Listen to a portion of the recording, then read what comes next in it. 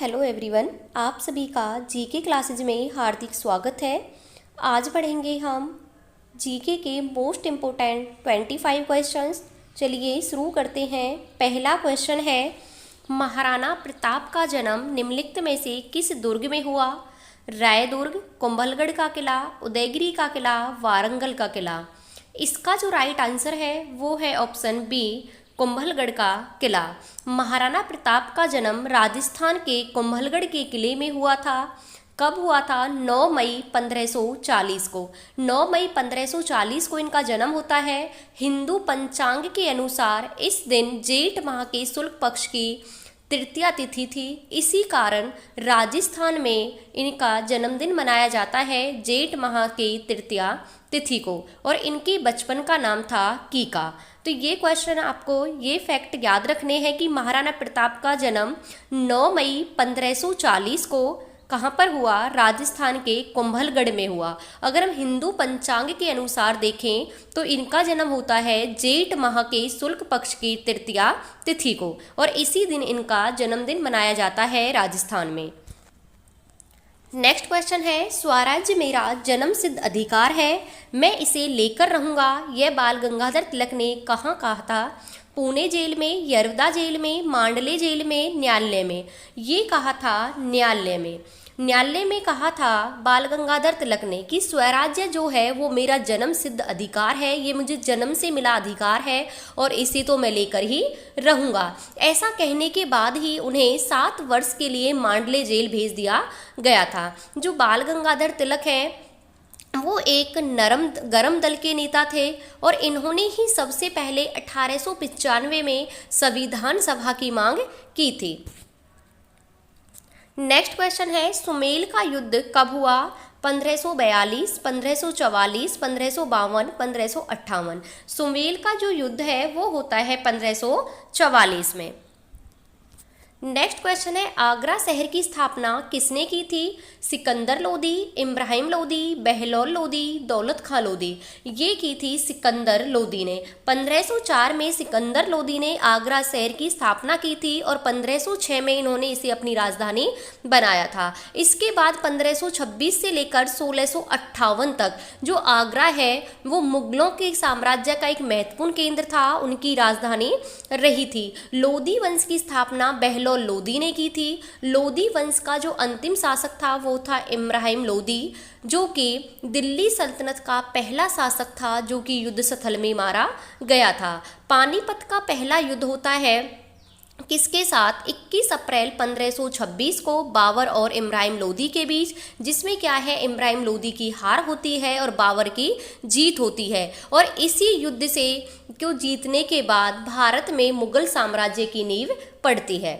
तो इस क्वेश्चन का राइट आंसर है सिकंदर लोदी। आगरा शहर की स्थापना सिकंदर लोदी ने की थी। नेक्स्ट क्वेश्चन है, किस भारतीय यवन शासक ने बौद्ध धर्म को सबसे पहले अपनाया? एंटोडोटस प्रथम, एंटोडोटस द्वितीय, मिनांडर द्वितीय, एंटियोकस प्रथम। इसका जो राइट आंसर है वो है option B, option C, Menander द्वितीय। मिनांडर द्वितीय ने वो यवन शासक था जिसने बौद्ध धर्म को सबसे पहले अपनाया था। ये कैसा शासक है? भारतीय यवन शासक था।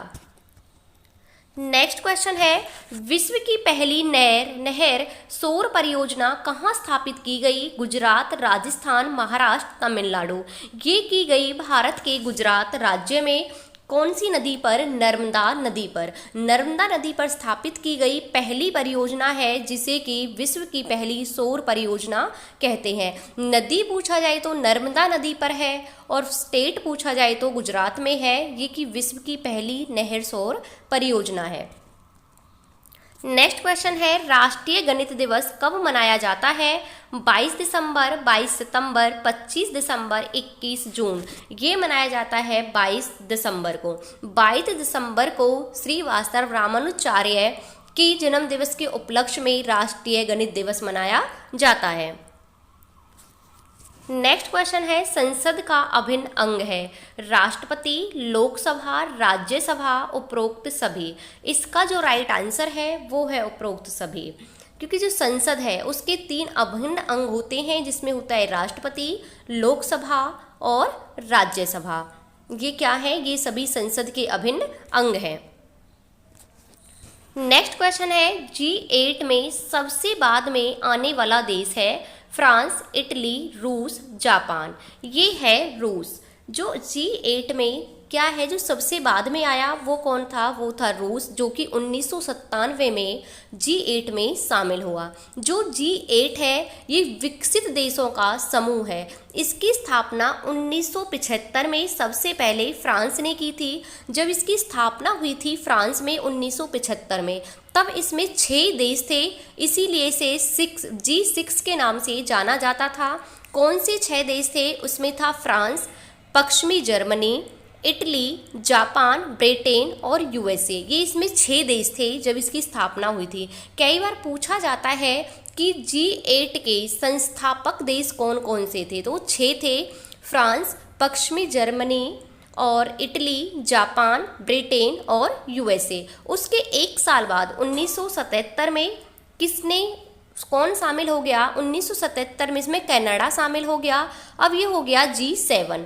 फिर उसके बाद 1997 में रूस शामिल हो गया और इसका नाम रख दिया गया G8। अब इसमें क्या है? 8 देश शामिल हैं, जो कि सबसे लास्ट में जो शामिल हुआ है वो है रूस, जो कि 1997 में शामिल हुआ है।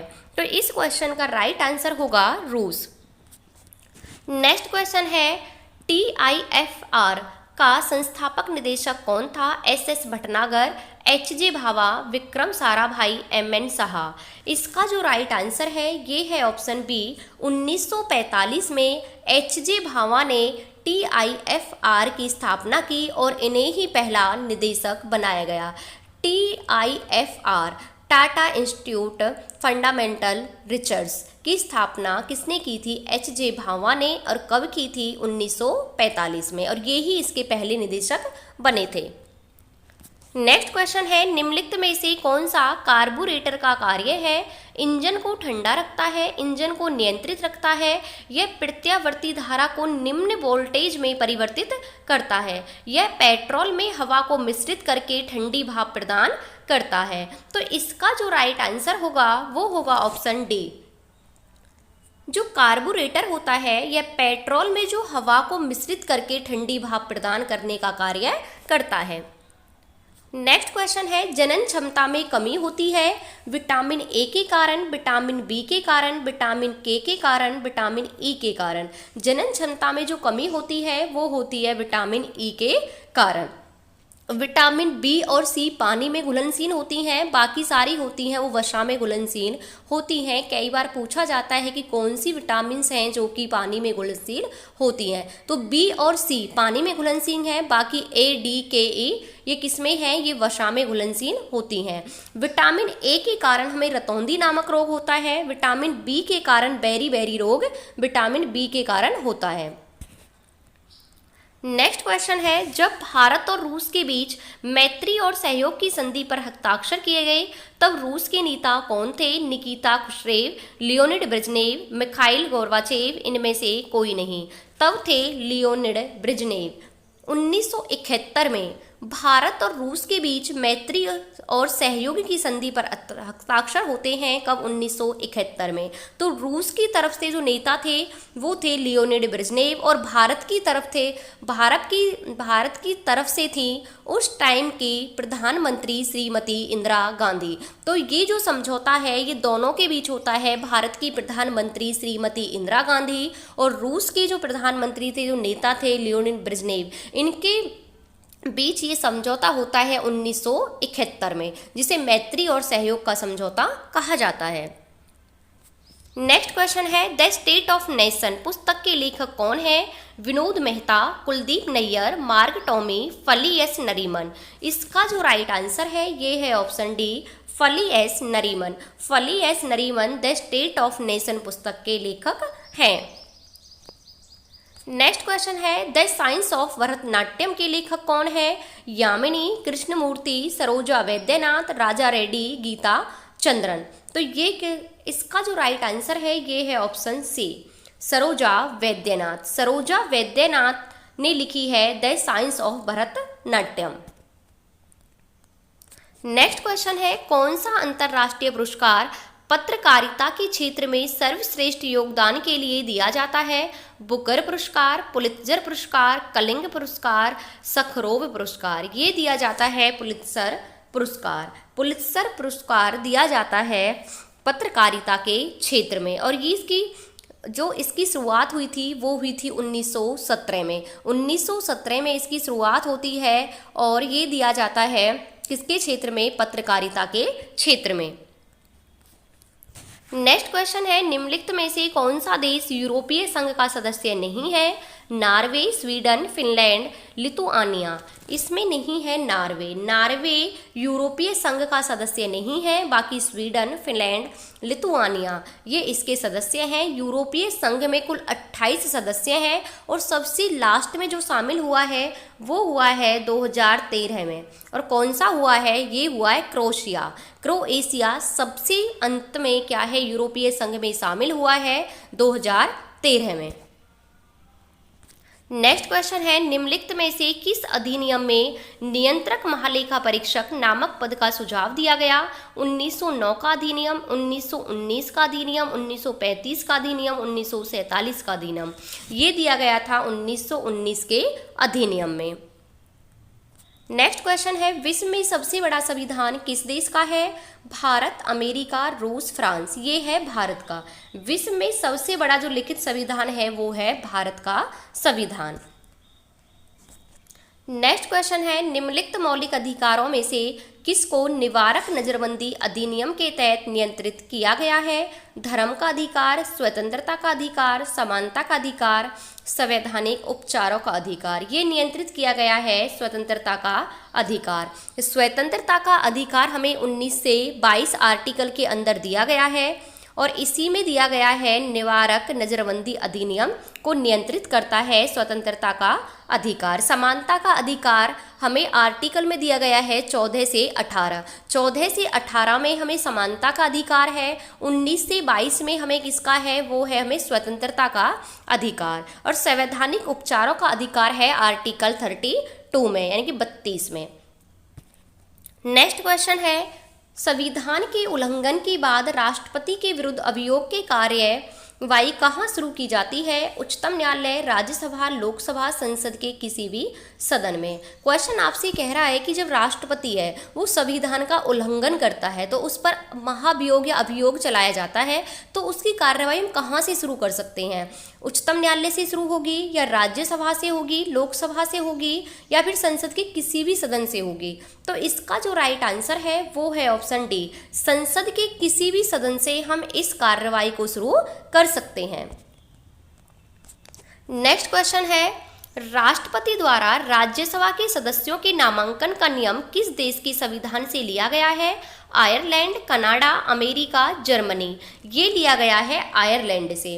आयरलैंड से ही हमने नीति निर्देशक तत्व लिए हैं और आयरलैंड से ही राज्यसभा में जो राष्ट्रपति द्वारा मनोनीत किए जाते हैं उनको कहाँ से लिया गया है? इस सिद्धांत को हमने आयरलैंड से ही लिया है। राष्ट्रपति द्वारा राज्यसभा में 12 सदस्यों को मनोनीत किया जाता है जो कि अलग अलग क्षेत्र में अपनी विशेषता रखते हैं, जैसे कि खेल, साहित्य, अन्य क्षेत्रों में भी क्या है उन्होंने महारत हासिल की हुई है। उन लोगों को राष्ट्रपति द्वारा 12 सदस्यों को राज्यसभा में मनोनीत करने का अधिकार है और 2 को क्या है? लोकसभा में 2 लोगों को मनोनीत करने का अधिकार है। नेक्स्ट क्वेश्चन है, निम्नलिखित में से कौन सा उच्चतम न्यायालय के न्यायाधीश और लोकसभा के अध्यक्ष के रूप में रह चुके हैं? M Hidayatullah, K S. Hegde, Subba Rao, P N. Bhagwati. ये रह चुके हैं के.एस. हेगड़े। के.एस. हेगड़े ऐसे हैं जिन उच्चतम न्यायालय के न्यायाधीश भी रह चुके हैं और लोकसभा के अध्यक्ष के रूप में भी अपनी सेवा दे चुके हैं। नेक्स्ट क्वेश्चन है, पंचायत समिति किसके प्रति अपने कार्यों के लिए जवाबदेह होती है?